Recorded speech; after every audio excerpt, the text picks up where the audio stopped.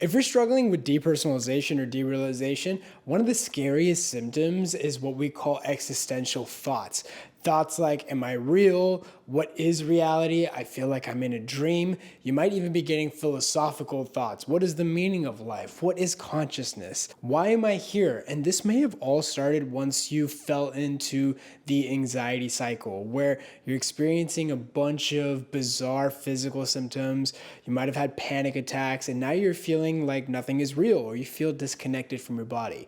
And in the midst of all of this, you're getting very scary, intrusive thoughts. And in this video, I really want you to understand the mechanics of what's going on, because there's a logical explanation to all of this and what to do about these existential thoughts so that you can go back to living fully and freely. So let's get it started. Now, before I break down existential thoughts, existential anxiety, it's very important for us to understand what is depersonalization, what is derealization, and how does this fall into what we call anxiety. Now, derealization I describe as feeling like nothing is real. I had this feeling that there was like this glass panel between me and the outside world. I would look at myself in the mirror and I felt like I was seeing somebody else.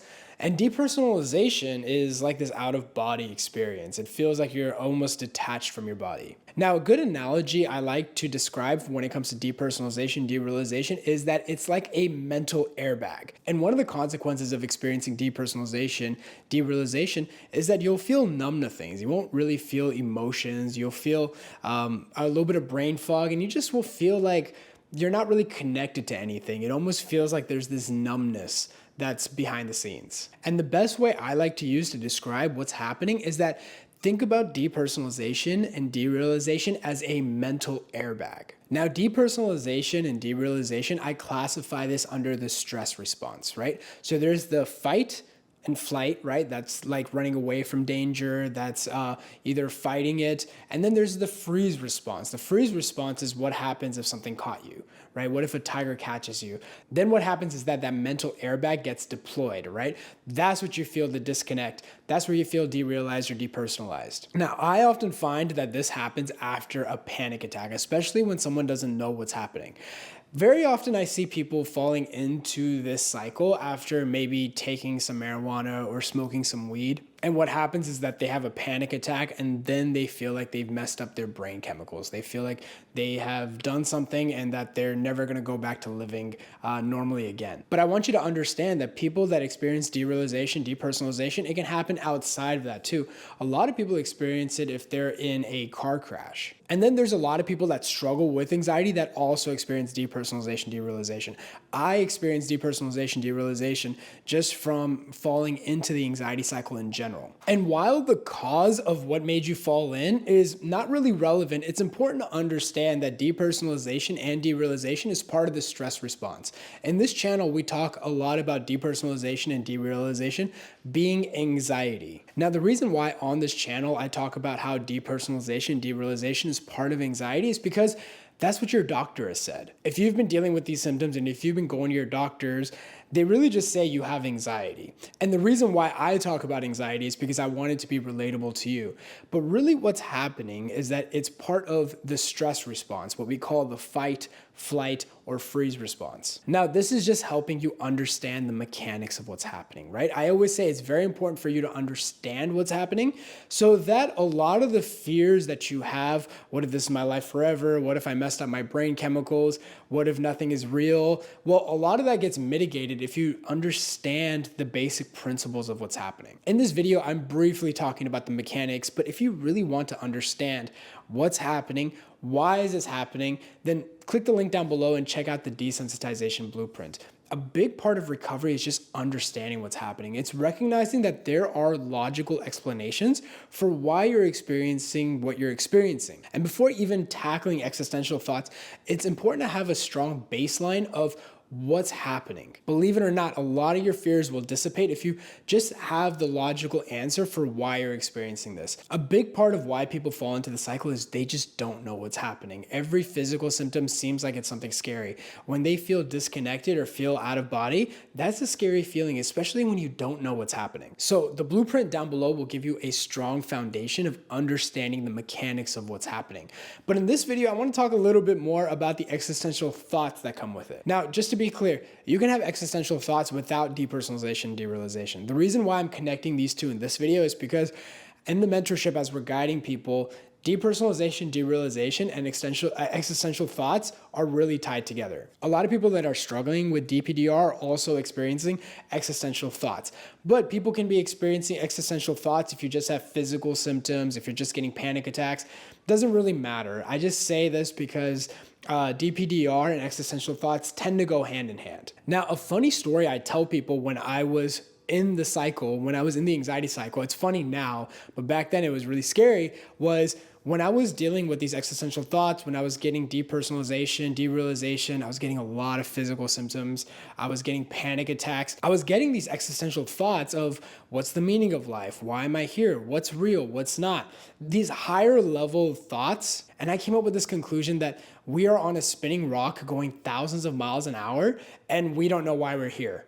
So how are we not just all holding each other crying, asking ourselves why we are here? Now, this is something I can joke about now, but when I was in the cycle, like many people are, like you might be, thoughts like that can be very triggering. In fact, it can cause a very physical reaction. Just those thoughts alone would give me a panic attack. And because I didn't know what was happening, just experiencing a panic attack was so terrifying, I would try to avoid these thoughts. It got so bad with me is that I developed agoraphobia where I couldn't even look up at the sky. I know it sounds weird, but when I had my first panic attack, I was reading an article about space.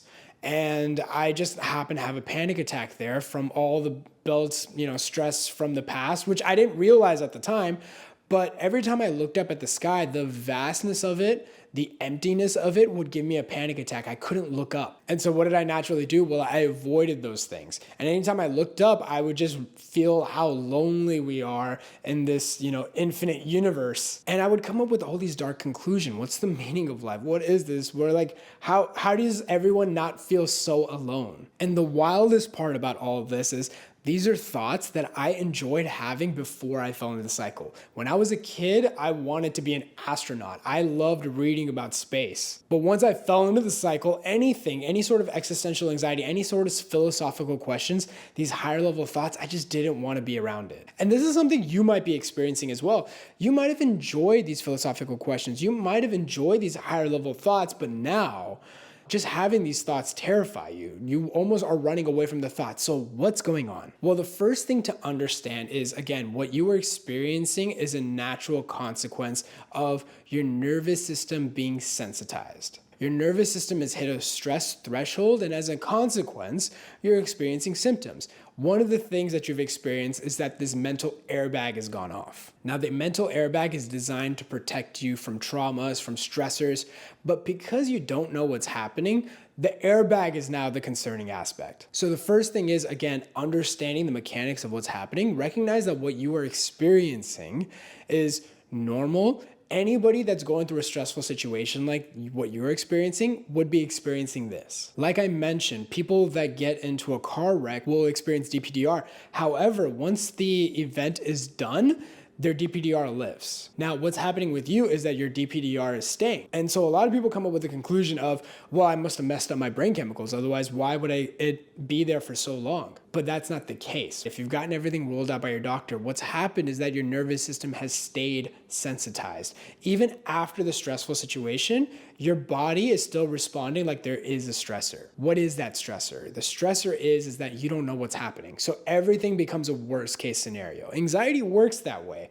It looks at all the bad case scenarios, grabs the scariest one and magnifies it. And so because you don't know what's happening, you're gonna think worst case scenario. You're gonna feel like you're gonna disappear. You're gonna feel like nothing's real. You're gonna feel like you've messed up your brain chemicals. And so like I say, the first step is understanding what's happening, recognizing that what you are experiencing is totally normal and there's a logical explanation. Again, that blueprint is a great starting point for your journey. Now, the second thing is understanding these existential thoughts, right? These higher level thoughts. Now, you have to understand that the state that you are in right now is solely focused on survival. When your nervous system is sensitized, it's sensitized for one reason, and that is to keep you alive. It assumes there's a threat, even though the threat is perceived, it's a threat. And so us as humans that are able to have these higher level thinking patterns, well, when you're in a survival state, You're always going to think the worst case scenario. When it comes to sensitization, survival counts. And the only thing that matters is life or death. And your nervous system's going to do everything to keep you alive. Now, again, there is no threat. But when you're in this state, and you think about higher level concepts of what is consciousness, who am I, what is the meaning of life, there's too much of a disconnect. You are in a survival state. Now, why is this happening? Well, there's two things that's going on. Number one is that because you're in this survival state, besides experiencing depersonalization, derealization, your mind is going to be running faster. Why? It's always trying to figure out what's going on, what's not going on. Especially when you're in a stressful situation, your mind is trying to figure out exactly what's going on. So you will feel like your mind is going 1,000 miles an hour. But what people don't realize is that their mind is racing because they're in this fight or flight response. You start thinking about things that you used to historically think about, but now because you're in this state, you go and find dark conclusions. One thing that really helped me on my journey was that everything I was thinking were just stories. These are just stories I'm telling myself, asking myself, what's the meaning of this? What is the meaning of that? When you're in a survival state, your mind's trying to figure out what's going on, right? You're logically looking at everything.